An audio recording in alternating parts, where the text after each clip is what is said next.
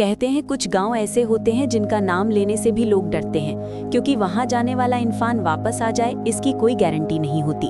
ये गांव भी वैसा ही था, जहां पहुंचते ही मोबाइल का नेटवर्क गायब हो गया और रास्ता जैसे अपने आप पीछे छूटता चला गया। सूरज ढल चुका था और हवा में अजीब सी ठंडक थी जो धीरे धीरे हड्डियों तक उतर रही थी। गांव में घुसते ही महसूस हुआ कि यहाँ कुछ बहुत गलत है, क्योंकि हर घर वीरान था, लेकिन फिर भी ऐसा लग रहा था जैसे किसी ने अभी अभी सब कुछ छोड़कर भागने की कोशिश की हो। गांव की गलियों में चलते हुए चारों तरफ सन्नाटा था, न कोई आदमी न कोई जानवर, यहाँ तक कि पत्तों की सरसराहट भी सुनाई नहीं दे रही थी। अचानक कानों में किसी के रोने की आवाज़ पड़ी, जो बहुत धीमी थी लेकिन दर्द से भरी हुई थी। जब उस आवाज़ का पीछा किया तो गांव के बीचों बीच एक पुराना कुआं दिखाई दिया, जिसके चारों ओर अजीब से निशान बने थे, जैसे किसी ने खून से कुछ लिखा हो और फिर मिटा दिया हो। कुएं में झांकते ही ऐसा लगा मानो अंधेरे में कई आंखें घूर रही हों, और उसी पल दिल बहुत तेज धड़कने लगा। एक टूटा हुआ घर दिखा, जिसका दरवाज़ा अपने आप खुला हुआ था, और अंदर कदम रखते ही ठंड इतनी बढ़ गई कि सांस लेना मुश्किल होने लगा। दीवारों पर टंगी पुरानी तस्वीरों में लोग तो थे, लेकिन उनके चेहरे खुरचे हुए थे, जैसे किसी ने जानबूझकर उनकी पहचान मिटा दी हो। तभी अचानक दरवाज़ा जोर से बंद हुआ और पूरे घर में किसी के चलने की आवाज़ गूंजने लगी, जबकि वहाँ कोई दिखाई नहीं दे रहा था। डर के मारे पीछे मुड़ने की हिम्मत नहीं हो रही थी, लेकिन महसूस हो रहा था कि कोई बहुत पास खड़ा है। कमरे के कोने में लगे टूटे हुए आईने में जैसे ही नजर पड़ी, अपना ही अक्स दिखाई दिया, लेकिन वो मुस्कुरा रहा था, जबकि चेहरे पर डर साफ झलक रहा था। आईने से एक भारी और ठंडी आवाज़ आई कि हम यहाँ से कभी गए ही नहीं, हमें जाने नहीं दिया गया।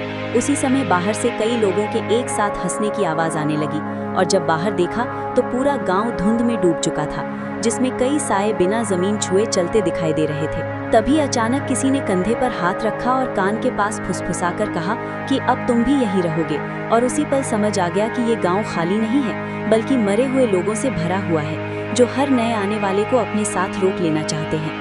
उस हंसी की आवाज़ आज भी उस गांव की गलियों में गूंजती है, और शायद अगली बार वहां जाने वाला कोई और होगा। उस आवाज़ के बाद शरीर जैसे शून्य पड़ गया, और कंधे पर रखा हुआ हाथ बर्फ की तरह ठंडा महसूस होने लगा।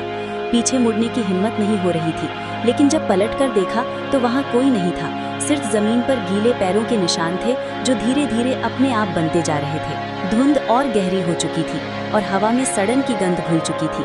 ऐसा लग रहा था जैसे ये गांव जिंदा है और हर सांस के साथ किसी की मौत की यादें बाहर छोड़ रहा हो। जैसे जैसे आगे बढ़ते गए, हर घर से फुसफुसाने की आवाज़ आने लगी। कोई रो रहा था, कोई मदद मांग रहा था, और कोई गुस्से में कुछ बड़बड़ा रहा था। अचानक महसूस हुआ कि गांव की गलियां अब सीधी नहीं रही, वे घूम घूम कर बार बार उसी कुएं के पास ले आ रही थी, मानो ये जगह ही इस गांव का दिल हो। कुएं के पास पहुंचते ही जमीन से हल्की हल्की खरोंचों की आवाज़ आने लगी, जैसे नीचे से कोई बाहर निकलने की कोशिश कर रहा हो। कुएं के पास रखी एक टूटी हुई तख्ती पर कुछ लिखा था, जिसे धुंध और मिट्टी ने लगभग ढक लिया था, लेकिन ध्यान से देखने पर समझ आया कि ये गांव कभी ऐसा नहीं था।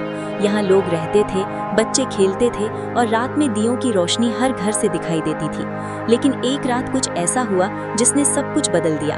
कहा जाता है कि गांव के लोगों ने मिलकर कोई ऐसा काम किया था, जिसे छुपाने के लिए उन्होंने खुद अपने ही गांव को मौत के हवाले कर दिया। धीरे धीरे दीवारों पर बने निशान साफ दिखने लगे, जो अब खून जैसे लग रहे थे, और उनमें से एक ही बात बार बार उभर कर सामने आ रही थी कि यहाँ से कोई जिंदा नहीं गया। उसी समय कानों में कई आवाज़ें एक साथ गूंजने लगी, जो बता रही थी कि उन्हें धोखा दिया गया था, उन्हें कुएं में धकेला गया था, और ऊपर से गांव को जला दिया गया था ताकि कोई सच तक ना पहुंच सके। अचानक धुंध के बीच से कई आकृतियां उभरने लगी, जिनके चेहरे अध जले थे और आंखें पूरी तरह काली। वे बिना पैरों के जमीन पर तैर रहे थे और धीरे धीरे पास आ रहे थे। उनका दर्द हवा में महसूस किया जा सकता था, और समझ आ गया कि ये वही लोग हैं जो कभी इस गांव में रहते थे और अब शांति पाने के लिए किसी और को यहाँ फंसाना चाहते हैं। जैसे ही पीछे हटने की कोशिश की, पैरों ने साथ देना बंद कर दिया, और जमीन से ठंडे हाथ निकलकर टखनों को पकड़ने लगे। तभी एक भारी आवाज़ आई कि अगर यहाँ से जाना है तो उस रात का सच जानना पड़ेगा, वरना इस गाँव की तरह तुम्हारा नाम भी मिटा दिया जाएगा। उसी पल एहसास हुआ कि यह सिर्फ डर की कहानी नहीं, बल्कि एक अधूरा बदला है जो अभी पूरा होना बाकी है। उस भारी आवाज के बाद पूरा माहौल अचानक बदल गया, और ऐसा लगा जैसे समय पीछे की ओर बहने लगा हो।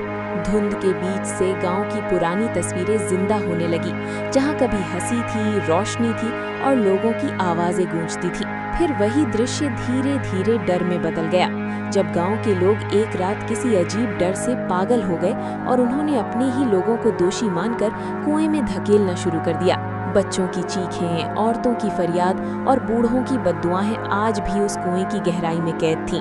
और तभी समझ आया कि ये गांव किसी भूत से नहीं बल्कि इंसानों के किए हुए पाप से श्रापित है। अचानक जमीन कांपने लगी और कुएं से काले पानी के साथ साए बाहर आने लगे, जिनकी आंखों में गुस्सा नहीं बल्कि बेइंतहा दर्द था। वे पास आकर फुसफुसाने लगे कि उन्हें मुक्ति चाहिए, बदला नहीं।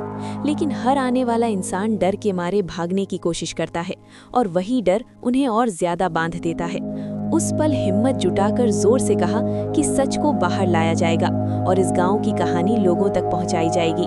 तभी एक पल के लिए सन्नाटा छा गया और साए रुक गए। धीरे धीरे हवा हल्की होने लगी, धुंध छटने लगी और पहली बार लगा कि शायद ये गांव आजाद होना चाहता है। लेकिन तभी आखिरी चेतावनी मिली कि अगर ये कहानी अधूरी छोड़ दी गई या लोगों ने इसे सिर्फ मजाक समझा तो ये गांव फिर से किसी और को बुला लेगा। सूरज की पहली किरण के साथ ही गांव गायब होने लगा। मकान, कुआं और गलियां सब जैसे जमीन में समा गई, लेकिन कानों में वही आवाज रह गई कि हमें भूलना मत। आज भी कहा जाता है कि जो इस कहानी को सुनकर अनदेखा कर देता है उसे सपनों में वही गांव दिखने लगता है और जो इसे दूसरों तक पहुंचाता है वो उन आत्माओं को थोड़ी शांति देता है।